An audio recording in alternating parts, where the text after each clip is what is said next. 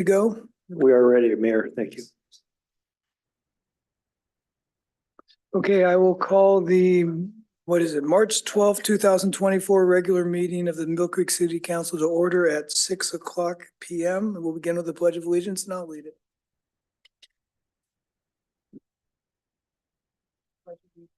To the flag of the United States of America and to the republic for which it stands, one nation, under God, indivisible, with liberty and justice for all. Adrian, roll call, please. Mayor Holtzclaw, Here. Mayor Pro Tem Vignell, Here. Councilmember Cavallari, Councilmember Steckler, Here. Councilmember Allison, Here. Councilmember Duque, and Councilmember Paddock. Present. Council members Duque and Cavallari are both enjoying vacation with their families. So can we have a motion to excuse, please? Move to excuse council members Cavallari and Duque. Second. All those in favor of the motion, please say aye. Aye. Any opposed? Any abstentions? Motion passes 5-0. Audience communication. Anyone like to address the council for an item on or not on? Don't see anyone in chambers. Anyone online? Okay, we'll move right along. We have no presentation, so no old business. New business. City engineer.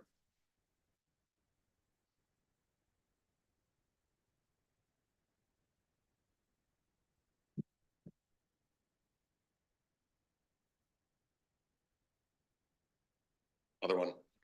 There you go. Good evening, Mayor, council members. My name is Dan and I'll be your entertainment for the evening. So starting off, I would like to start off with our engineering on-call professional services agreement.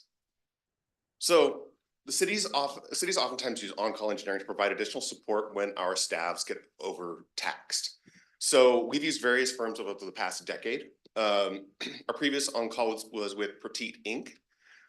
We extended it twice with Petite, and now we needed to renew it. So we issued a new RFQ and a new search for a firm. Typical on-call uses are that we'll be using is for construction inspection. Currently, our engineering staff is performing the required inspections. However, that is a pretty heavy lift with the rest of our workload.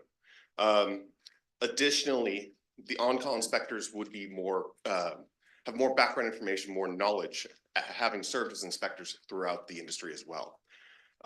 They confirm that work is performed to meet the plan specification codes and city standards. And they'll be working on capital projects, right-of-way permits, and clearing and grading permits for us. They'll also do on-call engineering. We, as your city engineers, typically serve as project managers. So we don't actually do the actual design. We know it, we know how to do design, we can do the design, but we manage the projects to make sure the work gets done. And so we usually hire a third-party firm, as you guys know. So the on-call engineer will provide quick turnaround work for small, medium, or very fast projects that we need to get done immediately. Plan review was the previous focus of our contract. We've used them primarily for our right-of-way permits, but we've brought that in-house since then, and our staff is doing all reviews in-house. So we would use the on-call as backup where needed to get additional capacity so that we can, if there's an influx of permits or if we need to focus on projects, we can ask the on-call to perform that task for us. Geotechnical and materials testing, they have a sub-consultant included in the contract for geotechnical engineering and materials testing to make sure that they all meet standards. They're one of the regional best geotechnical testing firms, so we're happy to have them with us. And then they can also provide other needs as necessary. So things like survey, transportation engineering, environmental engineering, those kind of items can be provided as we need. On-call contracts improve flexibility and responsiveness because we work with a task order within a budget that has been set by council. So we issued our RFQ on November 21st, 2023. We had 3 responsive firms, Atwell LLC, PACE, and RH2. The staff graded the responses, and we also performed interviews with all 3 firms, and we have selected Atwell as the on-call firm. This will be a 1-year contract. They're with options to extend. $150,000 total budget. And the budget is available in various professional services line items or on specific projects that we'll be having them work on. Are there any questions? Councilmember Steckler? Quick question, how does the cost compare to our former contract with Partit? We've actually authorized, it's on an hourly basis, their costs would be similar per hour as Partit's were, and I believe they are almost identical. The big change is that we're authorizing a larger contract. Previously with Partit, we only authorized I believe 80,000 total, and we're authorizing 150,000 to give us more flexibility. Okay. And if we don't use that, it's not used. Is there any reason why Partit didn't submit a proposal? I do not know. I let them know that we are bidding on it, so. Other questions? There's no questions. Are there any motions? Mayor, I'll make a motion. Move to adopt a resolution authorizing the city manager to sign a professional services agreement with Atwell LLC, not to exceed $150,000 inclusive of all taxes. Second. Is there any discussion? Hearing none, all those in favor of the motion, please say aye. Aye. Any opposed? Any abstentions? Motion passes 5-0. Thank you very much. City engineer, let's talk about State Route 96. All right. Well, this is the fun one of the evening.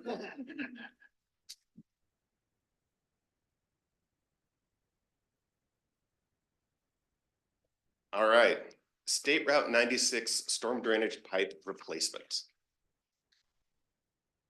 First notices of what the problem occurred on around December 14th, 2023. We were contacted by a homeowner at 1427 132nd Street Southeast. This property is technically in Snohomish County. However, the city of Mill Creek controls the right of way in front of it, and the neighboring property is in the city of Everett. So this is a very nice triple point between cities. Significant flooding was occurring in front of his business and it threatened the building. As you can see in this picture, it does go all the way up to the building itself. So in our staff investigations, we took an initial look at this. This is a storm drainage system at the property. As you can see, these green lines are our ditches that go there. It goes up here into a pipe that goes along in front of, this is the Jack in the Box. There's the gas station over here, and then there's the Fred Meyer with the pond/wetlands in front of it. So we initially thought that this pipe here was plugged, that their water wasn't going through, and so that was causing the water to backflow onto the property and not properly flow out of our system. Our staff responded. Maintenance staff has made several attempts to pump out the flooding, but additional water backflowed from that pipe inlet. So instead of having it come out from our ditch into the pipe, into that system to go towards those ponds flowing this way, it was coming back into that area out of the inlet. We've also noticed that the flooding has impacted the fire readiness of the area because it is flooding a fire hydrant. We've notified the fire district, so they are aware of this issue as well. On January 29th, 2024, staff went out to inspect the site. This is after Fred Meyer vectored out the pipe, the one that we thought was the issue, through the parking lots there. The problem wasn't solved, which turns out that they vectored the wrong pipe. We inspected on January 29th, and during the investigation, a sinkhole was discovered over the approximate alignment of the pipe that leaves the Fred Meyer wetlands. The sinkhole, when we investigated it, was about 4 feet deep and about 10 to 12 feet in diameter. It was directly behind the sidewalk, heading towards the roadway. This indicates there is severe damage to the pipe that goes underneath the road, or at least in this area. So here's an overall vicinity map of what we're talking about. The property that we first responded to is here. Here's the pipe that goes into the Fred Meyer wetlands. These are not detention ponds, these are wetlands. Fred Meyer has their own detention system that is under the jurisdiction of the city of Everett. From there, there's an outlet pipe that comes down across Highway 96. Right here is where we found the original sinkhole. Pipe crosses Highway 96 and then goes underneath the building. I believe this is Peebo's Bar, Peeber's Tavern, and then under SR 527 into the wetlands that are across the street there.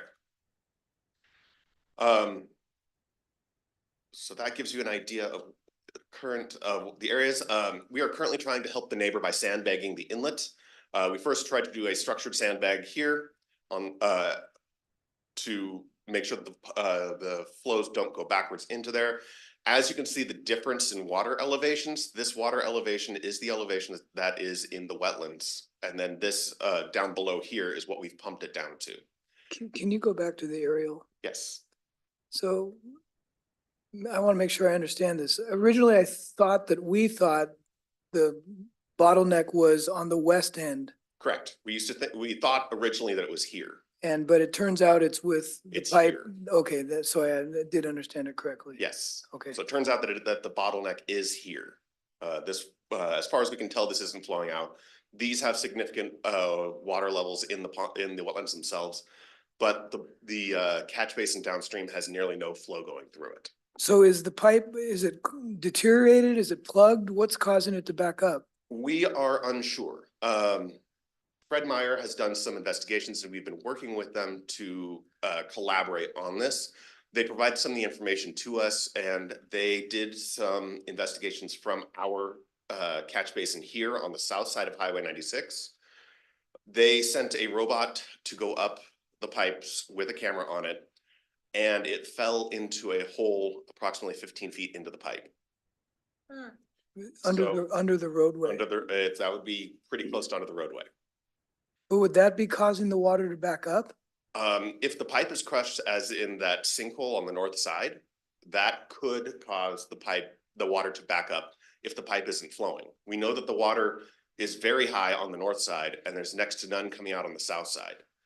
So somewhere between those two, there is a problem.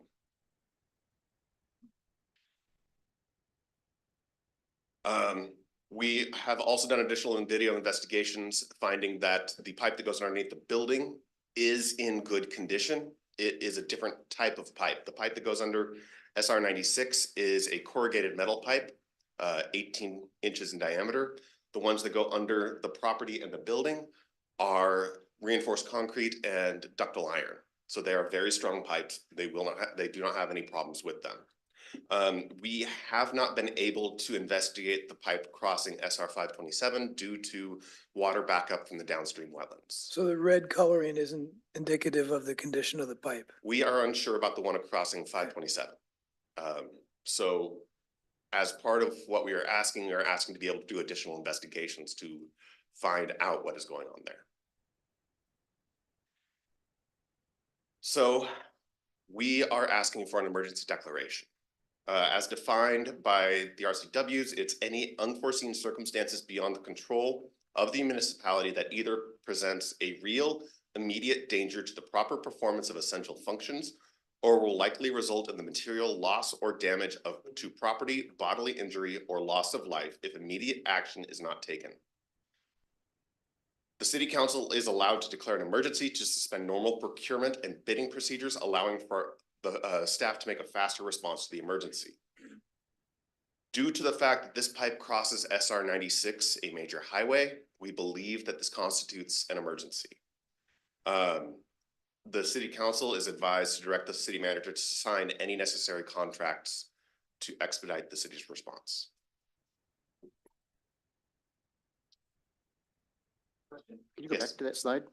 So when we see what I know we need to repair this right away, but I'm just wondering, it says it defines an emergency as something that beyond the control of the municipality presents a real immediate danger to the proper performance of essential functions or will likely result in loss or damage to property, bodily injury, risk of life. So it's not essential functions, or is that the flooded fire hydrant you're referring to? Essential functions I would actually go more towards will likely result in material loss and damage of property, bodily injury, and loss of life due to the fact that this crosses a highway with thousands of people crossing it every day. Oh, so you're afraid that this deterioration could cause problems on the highway? Yes. Oh, okay. Let me add to that. So we went out there to look at what Everett was finding about the outlet from the pond the wetland, into the pipe. And as we're walking around, that huge sinkhole erupted. And we went, oh my gosh, this is bad news. Their pipe is probably deteriorated enough that all that dirt fell in, and that's probably what plugged it. They couldn't find that inlet to put a camera on that end, so they camera it from the other end and only got the 15 feet. So it's reasonable to assume it's kind of, if it's rotted on one side, it's rotted on the other, it's probably bad news all the way through. And so we're concerned that that pipe could be in really bad shape. The bottom of the pipe is rusted out. The part they could see with the camera, the thing dropped into a hole because there's no bottom of the pipe anymore. So that's why we're thinking this is let's not dilly-dally, let's get this fixed sort of thing before we have something bad happen. Councilmember Paddock? How much of the, of this is shared with the city of Everett? Do they have a share in this? As far as the pipe itself, no. According to, our right of way goes to the north side of Highway 96. Pipe extends a short distance into the Fred Meyer controlled wetlands. If there's any share, it is between us and Fred Meyer. We are responsible per the conformed agreement with the Washington State Department of Transportation for any utilities crossing the state highway. Why would have that pipe been installed in the first place? Was it as part of the Fred Meyer development? It pre-existed the Fred Meyer development based on as-built information we were able to find. I have seen the original design drawings for the Fred Meyer. It was listed as an 18-inch existing pipe. So that leads me to think it either was installed with the highway or it was installed prior to the highway. So then with the portion that goes under the bar, I mean, that's not your typical improvement that would have been required when they developed that site. So why and when would that have been developed with ductile iron? Yeah. So Fred Meyer was built in 1988. Peebo was built in 1988. County shows documents that Highway 96, SR 96 was also done about 1988. And that's about the time Everett annexed that whole thing. So a whole bunch of stuff happened in 88. And so I'm with you, Mayor, that I don't know why that pipe, somebody was allowed to build a building over a pipe is a little strange, but that's the best records we've got. Everything happened kind of in 1998, about that same time. If you think about it, prior to Highway 96 going all the way through, that was a landfill back in there down by Cullum Park. And so I think at some point it became a bigger highway. And so the county has records from what they did from east of 527. And the WashDOT looks like they did the piece that's west of 527. Yeah, I'm just trying to figure out why, was the pipe originally installed so it just went through the right of way for the highway and then where'd it go before? You see, We haven't been able to find the original Okay. design drawings for the pipe, so It's- we don't know what happened. it's just confounding why. I completely agree. Councilmember Allison? And the pipe underneath the tavern is not the same grade as what's under the highway. It is significantly stronger pipe. It is reinforced concrete and ductile iron. So those are both very strong types of pipe. I wouldn't anticipate any problems with them. And when we videoed them, they showed no sign of wear or deterioration. And you're not sure what's underneath the 527 leg? Correct. Okay. Basically, again, the guy with the camera walked part of the way down, but it's underwater. So how well can they see underwater? He doesn't want to lose his multi-$1,000 camera. So he went for a certain distance, said, looks okay to me. There's some sediment in the pipe. But until the water level goes down on the outlet, that pipe is full of water. And so he looked like it. The camera operator said it looks pretty good. I'm not saying that it's great or not. Right. Right now, we think the issue is on 96. Really, we're focused on 96. The other would be hopefully crossed our fingers, we're in good shape for a while. Other questions? I got one more. I almost called you Cavalier. Councilmember Stecker. Because I have so many questions, that's right. So the sinkhole location is on the, what does that be, the north side of 96, right? Yes. So that's where I would think you've got, you say that's not City of Everett's responsibility or Snohomish County? It would either be ours or the city of Everett's. And if it's a city of Everett's, then it's most likely Fred Meyer's, not the city's, because it is not in a right of way. The ownership of pipes is a little complicated because typically ownership doesn't change until it reaches a structure. So a catch basin, a manhole, something like that. So either Fred Meyer owns it all the way from there across the highway to the south side of 96, or we own the entire length. That's, I can defer to Grant on this, but, or the city attorney, but that's to my knowledge, the way that the ownership of pipes typically works, because you don't want to change ownership in the middle of a pipe. No, but that one does go into the wetlands, right? Mhm. The catch basin? There is no catch basin on the north side. There's Oh. only one on the south side. I'm sorry that I was not clear there. But the sinkhole is the symptom of the problem. It's not Correct. the problem itself. Right, okay, Problem is the pipe south of the sinkhole. Yes. okay. And potentially north of the sinkhole, they could not find that pipe. You'd have to send a diver in to hunt for this thing. It's that deep down there.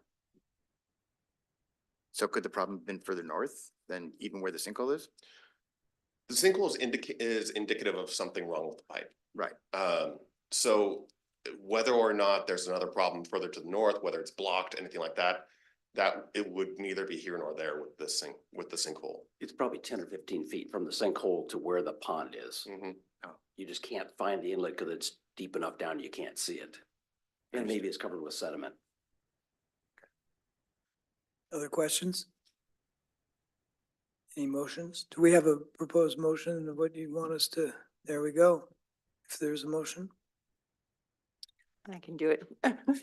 I move to adopt a resolution declaring an emergency related to the storm drainage pipe crossing State Route 96 and authorizing the city manager to execute the necessary contracts and design and construction of a replacement pipe. Second. is there any discussion? All those in favor of the motion, please say aye. I, Any opposed? Any abstentions? Motion passes 5-0. Thank you very Thank you. much. Go forth and fix the pipe. That's the job. That's the job. Okay, that brings us to our consent agenda tonight. Item A, approval of checks number 67127 through 67183 and ACH wire transfers in the amount of $198,154.52. The audit committee was myself and Councilmember Allison. I had no exceptions. No exceptions. Item B, payroll and benefit ACH payments in the amount of $332,176.81. Exceptions. No exceptions. And city council meeting minutes of February 6, 2024. Do we have a motion to approve the consent agenda? I make a motion to approve the consent agenda. second. All those in favor of the motion, please say aye. Aye. Any opposed? Any abstentions? Consent agenda is approved 5-0. Report, city manager. Thank you, Mayor. First report is, Oh, I'm sorry. We had one of the, just, Adrian, we had one abstention, it's 4-0-1. Councilmember, Paddock abstained because he wasn't present for the meeting minute. Thank you. Go ahead, sorry. thank you. All right, first report is, just wanted to inform council that the city did complete its leadership training of about a 5 to 6 month program with Nurture Ways and Impact Leadership Training and Development with both Jamie Elzea and Michael King. So that was successful over the past 5 or 6 months. And so we're happy that we've got to that program with all of our supervisors and managers. The second report is, as you recall, the March 30th, the Orange Line will be coming through Mill Creek. And just a reminder also on that same day, I think about 11 o'clock is the at the Linwood Transit Center, there will be a opening ceremony there. Something more relative to the actual stop that they're working on the corner of Mill Creek Boulevard and 164th is that will not be completed by that 30th date. So that stop is still, I think, just west of where that construction is going on right now. So the last report is 1961. I believe at this point in time, all council has been individually contacted by Rob Fenty regarding our draft 2040 vision. And just a reminder that he would like to have, right now on that vision, you'll be wordsmithing. We're kind of wordsmithing that and cleaning that up, not as much for content, rather just making sure that we have all the correct language, vocabulary and so forth. So if by Friday you can get that to him, that'd be great. Staff, Laurel and I are also wordsmithing that too and providing him with our opinions and edits. And with that, I'll transfer it to the chief. He'll give an update on Coffee with a Cup. Thanks.